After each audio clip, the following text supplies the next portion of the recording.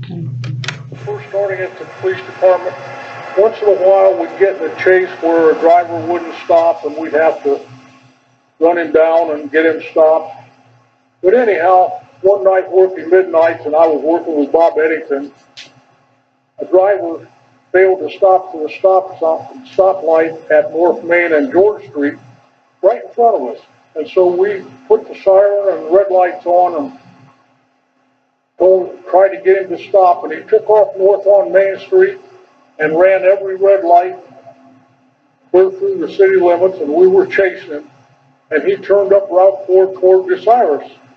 So Bob Eddington called our office and had them get a hold of Bucyrus Police Department to set up a roadblock, which they did. They pulled two cruisers nose to nose in the road, and they left just enough room so you could drive in between them. And the fellow we were chasing went between them about 70, 80 miles an hour, and we were right behind him. And when he got to Route 498, he couldn't make the turn, and he tore down all kinds of traffic signs and made the sparks just fly. So anyhow, we gained on him quite a bit then because he had that accident. And we chased him within only about 100 feet behind him, all the way through Bucyrus, going 70, 80 miles an hour, through all the red lights or whatever.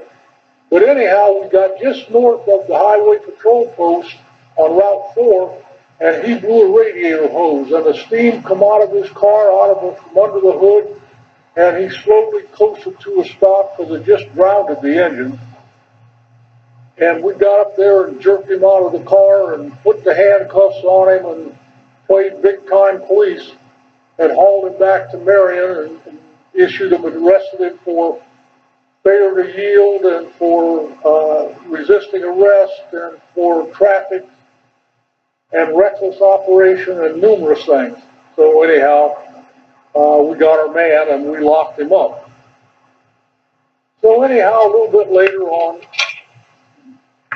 so after being married 10 years, first marriage ended in divorce and 3 children.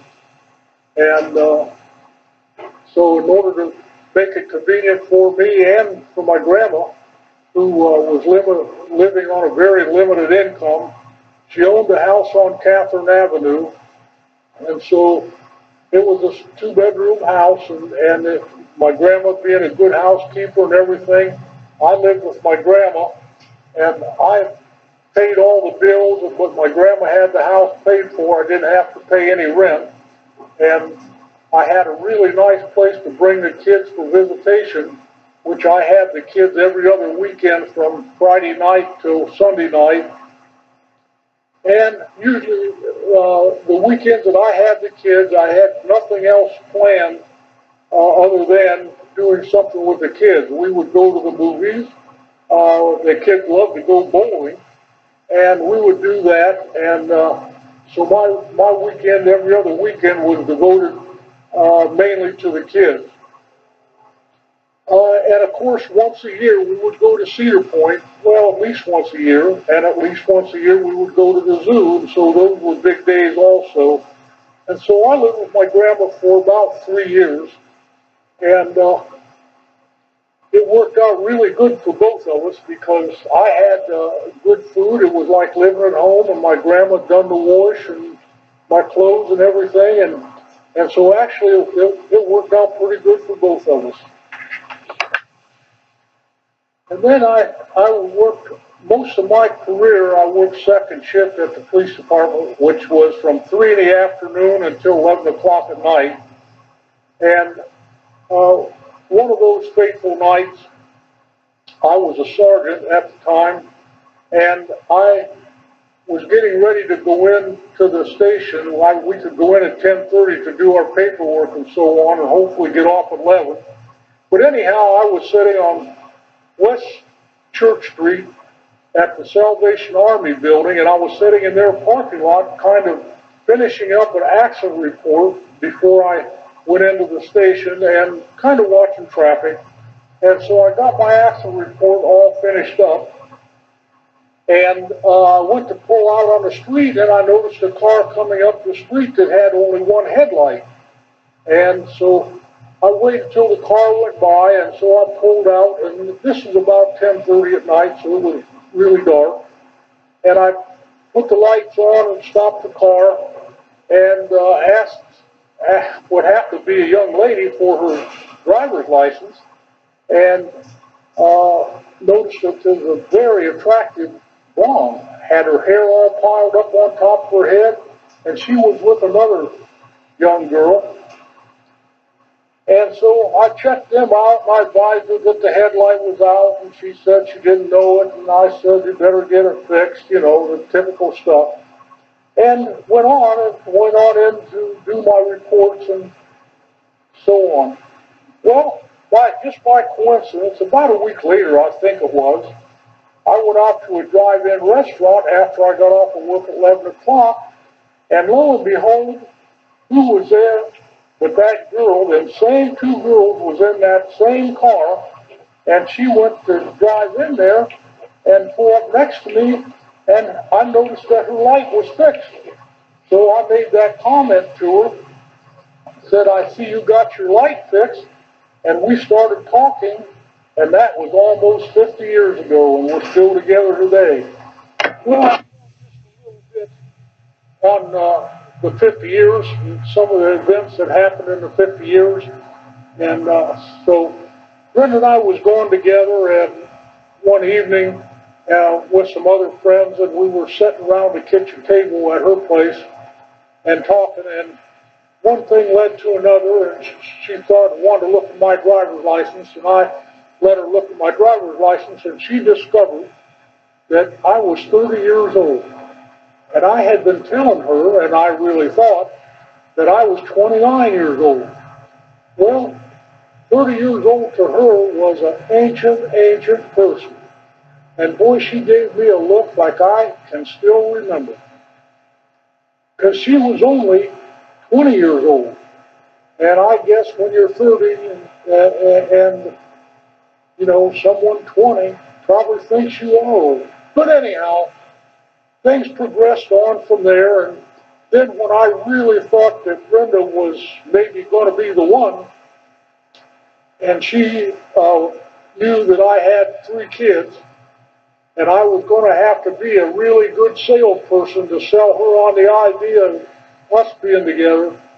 Well, after I thought she was the one, we did more and more with the kids, like going bowling, and I'll never forget the time that we all went to Cedar Point, and Brenda thought Billy was just about the cutest kid she ever seen, and Billy was standing, it was a really, really hot day, and Billy was standing behind a garbage can so he could stay in the shade, and Billy was only about 4 feet tall, or less, probably less, and I got a picture of that, and it's the cutest thing, but anyhow, Brenda had really enjoyed the kids and thought a lot of them right from the beginning, and that made things a lot easier, even though we had difficulty at times with visitation with the kids and different issues over the years. I had to go to Florida to get the kids for summer visitation, and that's a whole other story that we'll just omit from here. But anyhow, after Brenda and I were together, I think 2 or 3 years, then Matthew came along.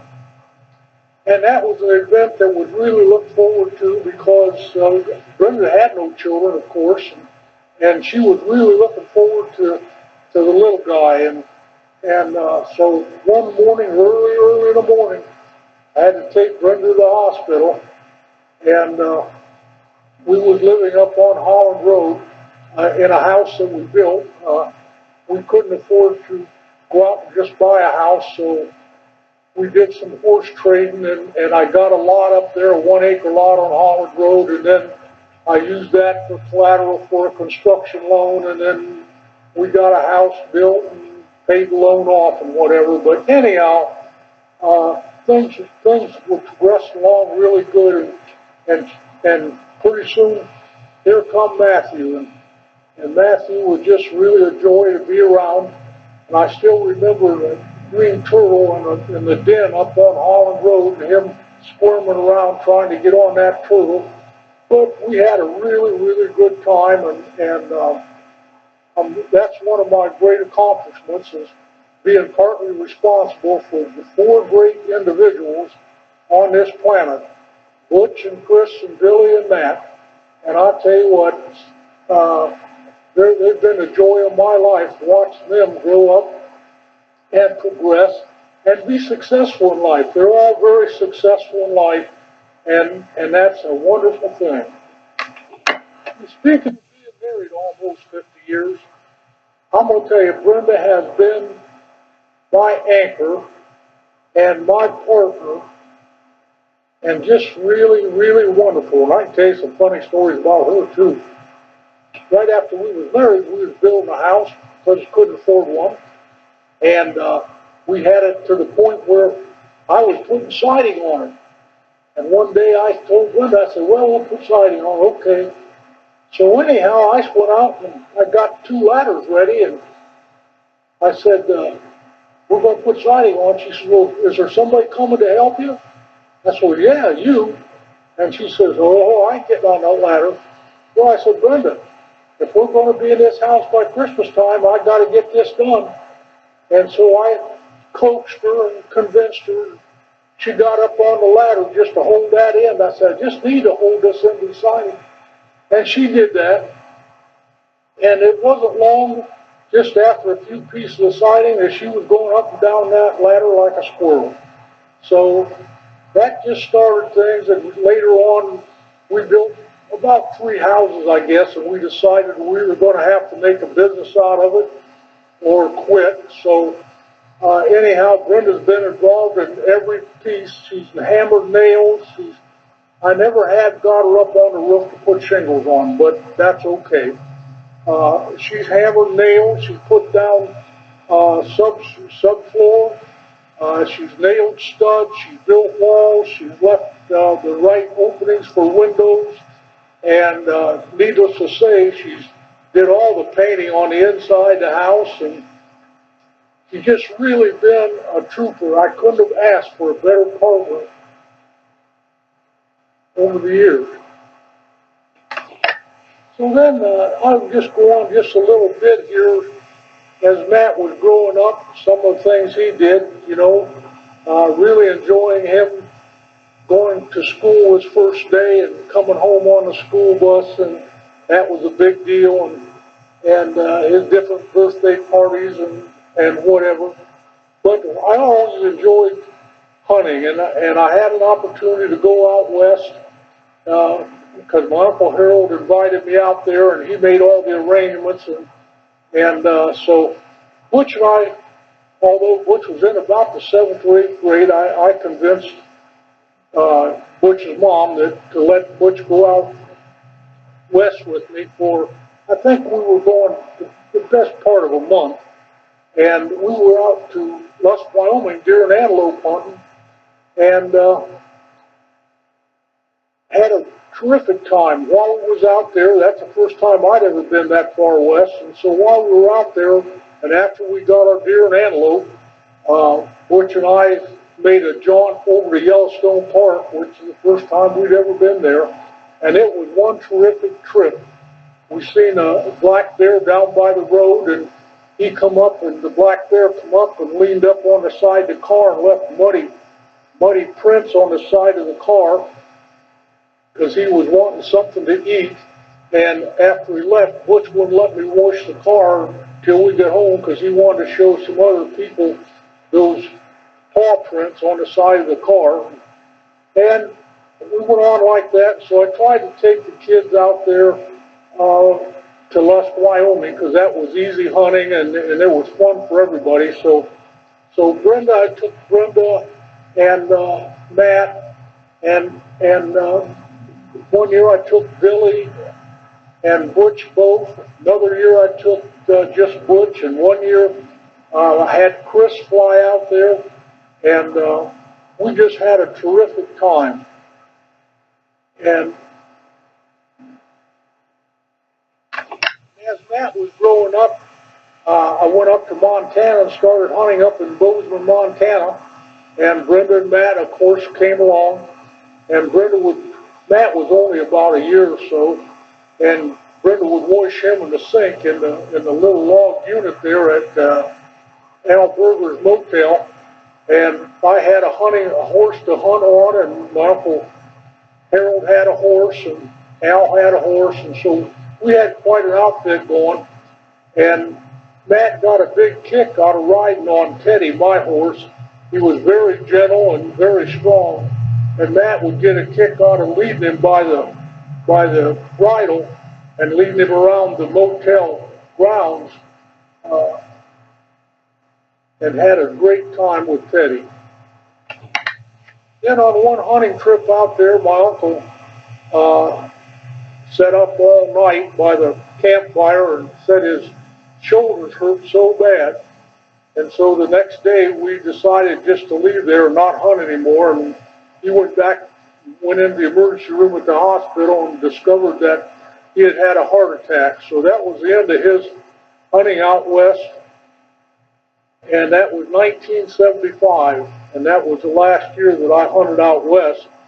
And so kind of curtailed my hunting and until 1978. And in 1978, we had made plans to go to Alaska and do some hunting and fishing. And so again, instead of going on a hunting trip and leaving the family behind, we decided to go and travel trailer all the way up the Alaskan Highway. And we decided to take Matt and Billy with us. And Billy was living with us at the time, and rather than leave him home or trying to get his mom to take care of him or something, it was a great trip. And I knew Billy was 13 at the time, and Matt was only 5, and I knew that they would have a good time. So we planned on that, and we took off 3 months, and I saved all my vacation for 2 years, and we took off 3 months. And we went up the Alaskan Highway and we fished and caught fish and we canned fish and we went caribou hunting with Billy and I. We went back on the Alaska Peninsula and hunted caribou and we got a nice caribou and terrific fishing. Salmon fishing was out of this world. The kids caught hundreds of pounds of fish. We canned almost 100 quarts of salmon to bring home. We just had one terrific trip. So that was 1978 when that happened, and we left here in about mid-July and arrived back home about mid-November. So that's about all I got to say, Matt. You can share these tapes with whoever you want, if you want. If you want to listen to them and laugh yourself, that's fine too. But that's just been kind of the way it went with my life. And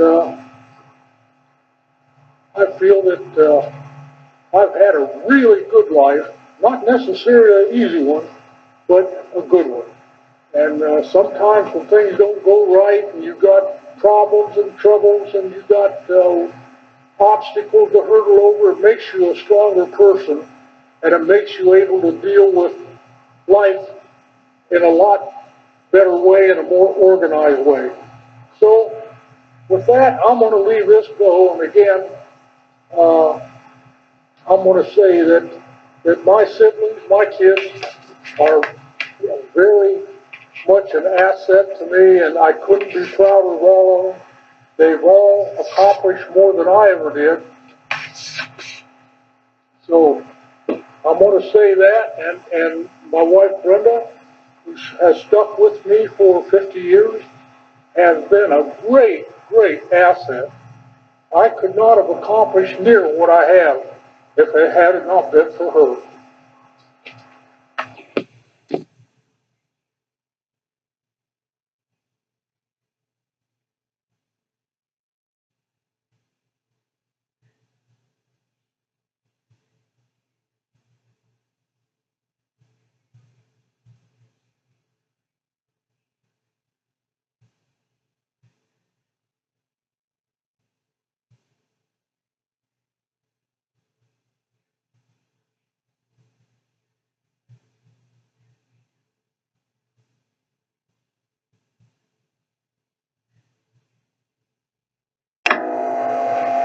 Well, I thought this madness was over, but I got to thinking about it, and I thought of a few more stories that might be worthy. And looking at the tape, this tape was only about half shot, so I thought I'd sit down here and reminisce a little more if you can stand it, Matt. You're probably ready to turn me off just about any time. Anyhow, I'll go back way back to when I lived down by the Lake Erie, and I was preschool age. I'm going to say I was probably 3 or 4, and my Uncle Harold and my dad were great fishermen. They had a couple boats of their own, and they didn't have a lot of money, but they could do a lot of things because they both liked the outdoors and they loved to fish. Well, they had a big old flat bottom boat, and they would go fishing, and they would say, "Well, we'll take Butch along." Okay. And I think they just took me along for entertainment purposes. But anyhow, we was out on a fishing trip, as I recall, and they always kept the alcohol in the front little cubby hole of the boat. Had 2 little doors on it, and they kept some other stuff in there, so the anchor and some weights and some stuff, but they kept the alcohol in there. So while they were out fishing and them guys were fishing out of the boat and whatever, I crawled it back in the cubby hole and helped myself to the wine. And when we got home, I'd had obviously too much to drink, and my dad and Uncle Harold knew it, and they stood me up and wanted to show my mom how I couldn't walk right anymore. And they thought it was really funny. They about bent over laughing, and my mom was the maddest I ever seen her. She gave both them, my dad and my Uncle Harold, the awfulest cussing out you ever heard about that boy. Said, "You're going to kill that boy one of these days." Anyhow, that's to my best of my memory. I was in probably bundled up and couldn't walk right, and they just got a biggest kick out of that. Also, back in them days, in order to get a Christmas tree for free, my Uncle Harold and my dad would go out and check one out in the farmland someplace, and they would go steal one, take the axe and go steal one. And so one time they took me along with them, and I remember the snow was pretty deep, and I had a hard time walking through it. But anyhow, we went back through there, and they picked out a tree that was just right, and so each one of them cut a tree and was dragging it back there, but the snow was deep enough that my dad had me sitting on his shoulders and dragging the Christmas tree and carrying the axe before we ever got to the car. So that's another little story. We used to go up close to Ordner's Airport because they had a assortment of trees up there at this one farm, and they would park down next to the fence row and walk back there and snitch a couple trees. It was pretty neat, really. Then one of the other things that kind of stuck in my mind is the Christmas Eve that Brenda soloed the airplane. She had been taking flying lessons, and she got down right to having to solo, and Norm Coughlin was her teacher, and Norm let her solo on Christmas Eve, and I was on duty at the police department, but they made me aware of this, and so I slipped out and sat at the end of the runway in a police car and watch her make her 3 takeoffs and landings to a full stop, and then taxi back and take off again. And I'm going to tell you, my heart was never beating so fast as one never was so glad to see her finish that 3rd landing and taxi back up to the ramp and congratulate her. And she done a great job. But then she kind of fizzled out. She just didn't want to learn to go any further, and flying being expensive as it was, she just kind of dropped the ball there, but she done an excellent job while she was learning. One of the other stories that sticks in my mind was the summer I moved to Marion. That would be the summer of '56.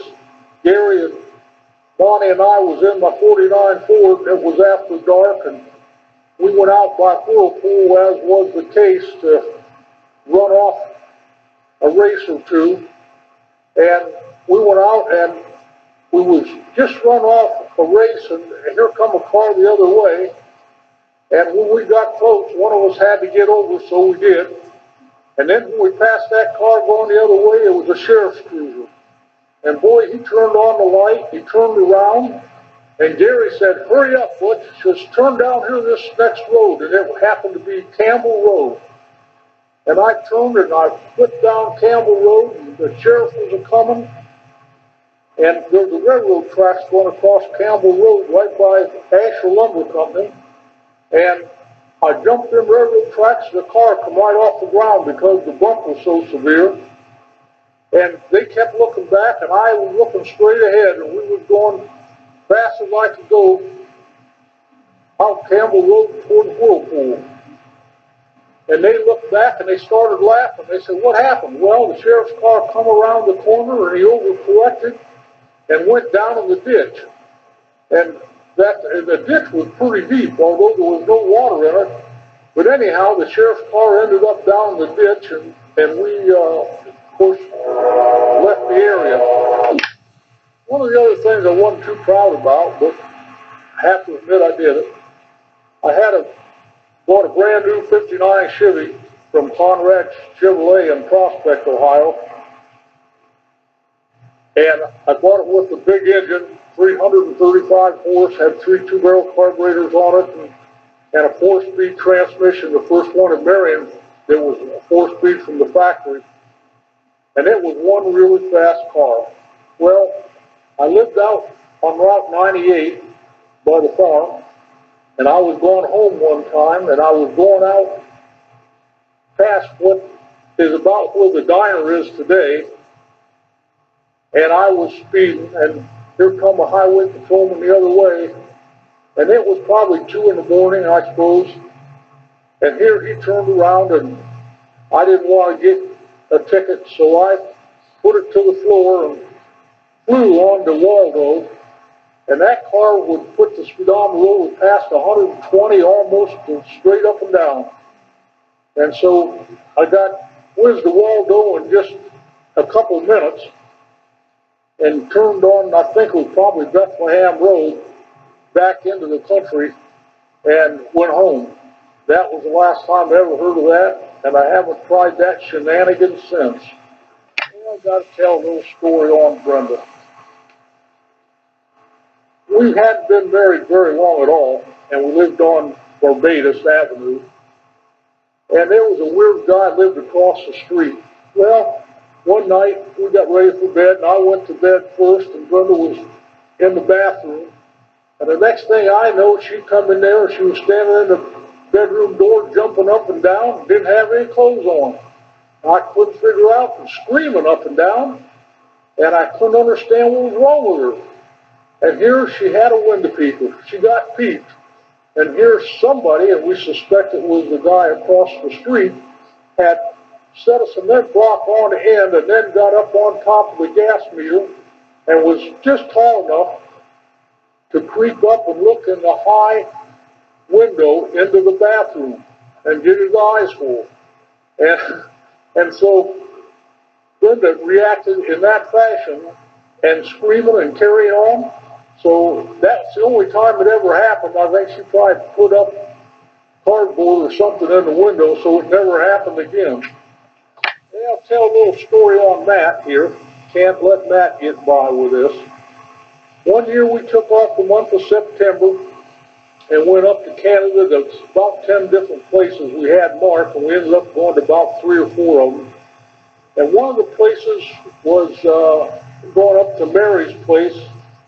And we went fishing and carrying on, and one night we got into a campground, and we were going to stay overnight there, and Brenda said that she needed some change, I think it was, to wash clothes at the laundromat, and the laundromat was right in the campgrounds, and we was been teasing Matt all along about being a lot of bears around, and so Brenda gave Matt some money and asked him to go get some change so she could get the clothes washed.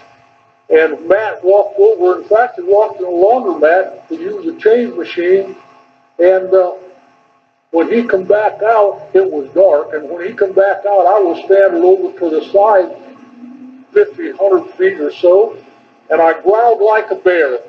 And that Matt took off. And it's still funny today when I think about it. His legs turned into wheels like you see on the cartoons. And man, why he didn't fall on the stones is beyond me, because he was really carrying a mail. Well, I'm going to tell a couple money stories here. And they're just kind of odd stories. One year, I think it was 1971 or 2, we were getting ready to go out west, and I was working days at the police department. And our friend Louise Walters and her husband worked also building houses with me. Louise and Brenda were great friends, and they went around shopping together. And so one day they went shopping and so on, and I was at work. And in the afternoon, some lady came in the police department, and she says, I was a sergeant on days at the time, and she says, I found this in Friendly's parking lot. And she showed me an envelope, and it had $500 in it. I said, wow, your lucky day. She said, well, I couldn't keep it. She said that, somebody might really need this. So I said, okay. So I made a file on it and put it in the property room and said nothing more about it. Well, it was one of the periods of time when we were building a house in the country, but we rented a house on Glad Street, and I was working in the garage that evening, putting a CB radio in the truck so we could go out west very shortly and go on our hunting trip. Well, pretty soon Brenda come out to the garage and she said, just kill me, just kill me. Do what? I couldn't understand it. Anyhow, she said, I lost it. You what? I lost what? She said, I lost $500. She said, I lost $500. Well, Brenda and Louise, one of the chores was Brenda was going to go to the bank and withdraw money for us to leave on our hunting trip in a day or so. So anyhow, I told Brenda, I said, Brenda, I said, somebody come into the police station today and turned in $500. She couldn't believe it. I couldn't believe it either. So we went back into the police department and explained all the circumstances, and Brenda identified the envelope and the withdrawal from the bank. And by George, here I was, I took in my own 500 lost dollars, and we recuperated the 500 lost dollars all in a couple days. So that was just kind of a weird situation. Well, I'll go on to another story here. One year we went to Canada, and just before we went to Canada, we would always go to the bank and get cash out to go to Canada. So I think I probably got $1,000 out of the bank because we were going to spend 2 weeks in Canada with my mom and stepdad. When we returned from Canada, I went back to work the first night, and we were very busy. So sometimes on a really busy night, I would answer calls also, and so I was very busy that night. So rather than take a regular lunch break, I would stop into Domino's and get a small pizza. And the Domino's was on East Center Street there, and I would stop into Domino's and get a small pizza and eat the pizza right in the car, and so I would be ready for a call any time.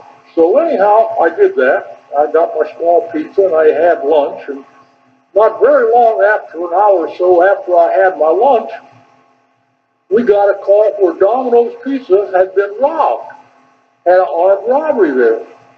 So anyhow, we flooded the neighborhood, and we looked for people fitting the description of the robbers, and we didn't have any success. So anyhow, the night went on, and it became 10:30, so I went in as a captain to get my paperwork done.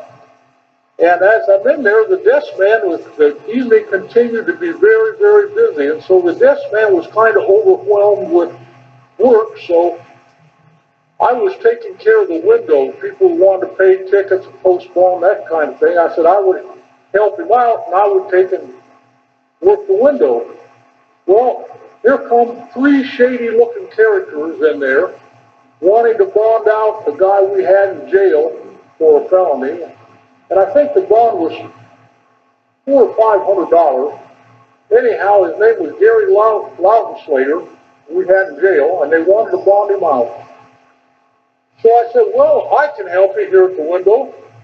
And so here they come out. I said, the bond will be, for example, $300.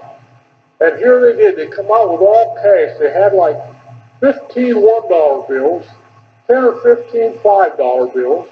They had several $20 bills. And lo and behold, they had a brand new $50 bill.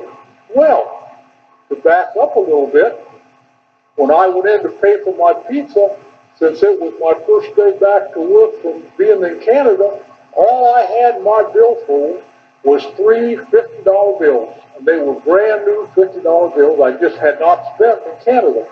So I said, wait a minute. So I took their money and I turned to the desk man and I said, I want you to watch this as a witness. And I pulled my $50 bills out of my billfold and checked the serial numbers, and lo and behold, the $50 bill that they tried to post bond with, the serial number happened to be right in between my two brand new $50 bills. Well, needless to say, I walked around out in the hallway, arrested the guy trying to post bond, put him in jail, made a file on it, put the money, all the money, into an envelope and put it in this locker.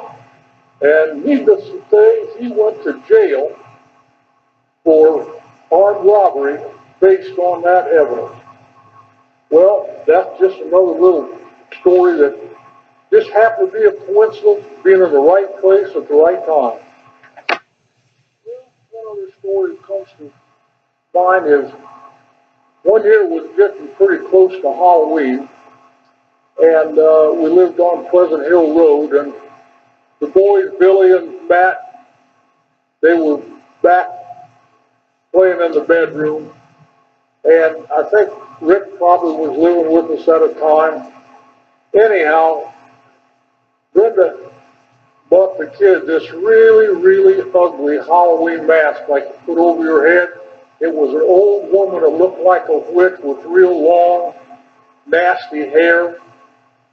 Anyhow, these boys were back there playing in the bedroom, and Brenda took that witch's mask and she put it on the broom handle, and she walked around outside and knocked on the side of the house and put that witch's mask up in front of the window, and them kids screamed and tore out of that room like they scared to death.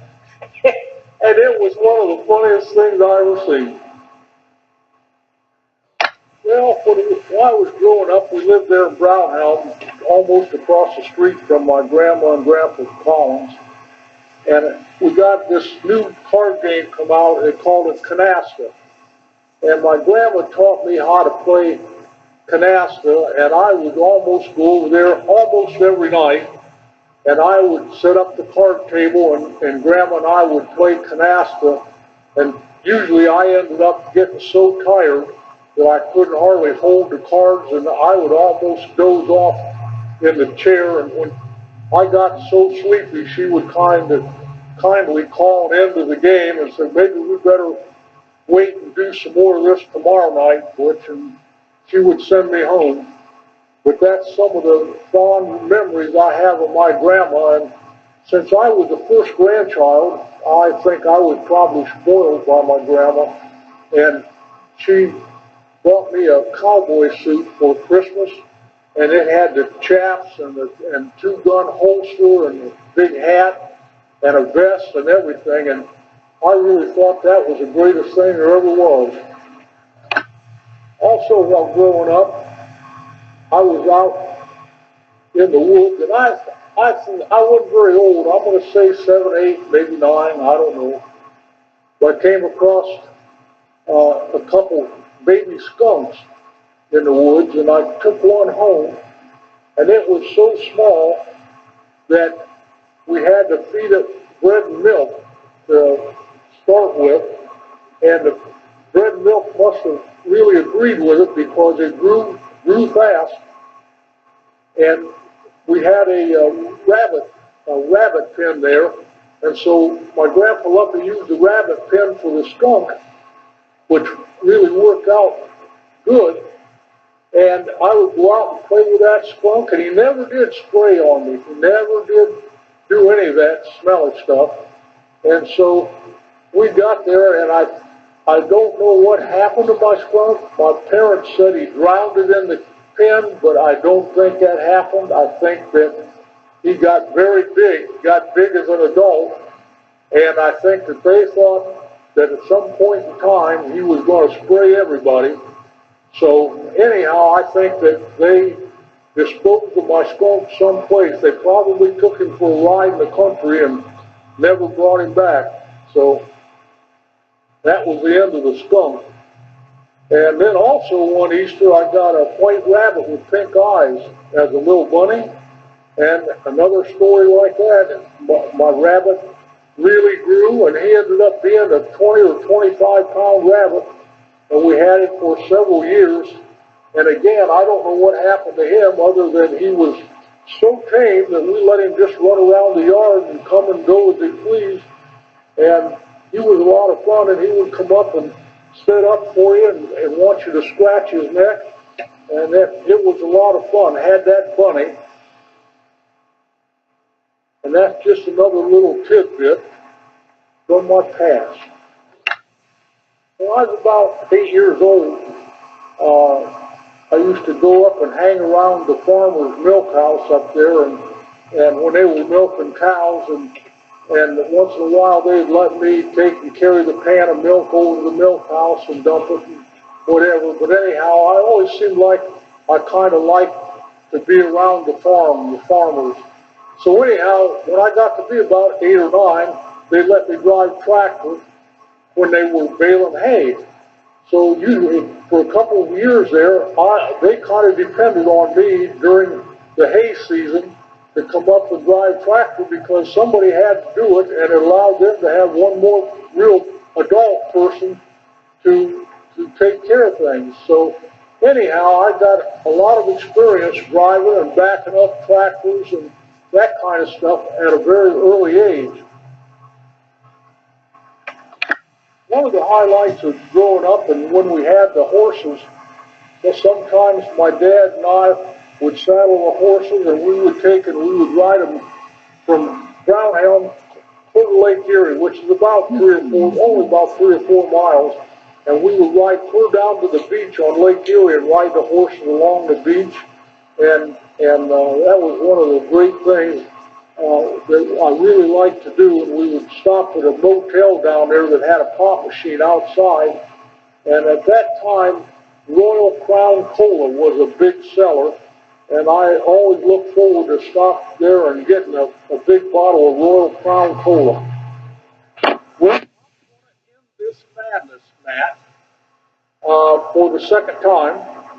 And I'm going to reiterate just a little bit of what I said before. I've had a really good life, and I thoroughly enjoyed most of it. You know, obviously everybody has some things they'd like to forget. And I hope that this is somewhere near of what you wanted when you asked me to tell some of these stories that you've probably heard 100 times over the years. And if you like, I don't care, you can share these stories with your brothers and sisters if you want. It's whatever you want to do. But I'm going to reiterate that I've been a pretty lucky person in that I've got 4 great kids that all have their own careers and all have their own place on this earth. and I had a wonderful wife in Brenda, and we had many, many years together, and I hope we enjoyed each other and enjoyed traveling together. And it seems like when we go on a trip, I always look forward to it. We usually go out west every year for 2 weeks here lately, and not hunting. I haven't hunted for many, many years, but I enjoy going out west and seeing the trees change and to smell the pine trees and to look at the ground squirrels and, been to Yellowstone Park several times, but I always enjoy every time I go back. But when Brenda and I are together, it seems like I always enjoy her company, and we always seem to have great fun at just everything we do. And we've done a lot of traveling. I've got a little bit, maybe, of an adventurous personality, and been to Alaska twice, moved to Alaska, been to Florida, been to Nova Scotia, been to many, many places, and enjoyed the travel. Been to Hawaii twice. Well, I probably wouldn't have went there except Brenda wanted to go there. But once I went, I thoroughly enjoyed both trips, and seeing how other people do things and seeing different scenery and how the world is put together. So anyhow, I'm going to sign off. Boy, thankful for that, huh, Brenda? So anyhow, I hope this is somewhat what you expected, Matt. If it's not, I'm sorry. So be good, take your time, and enjoy life. See you later, buddy.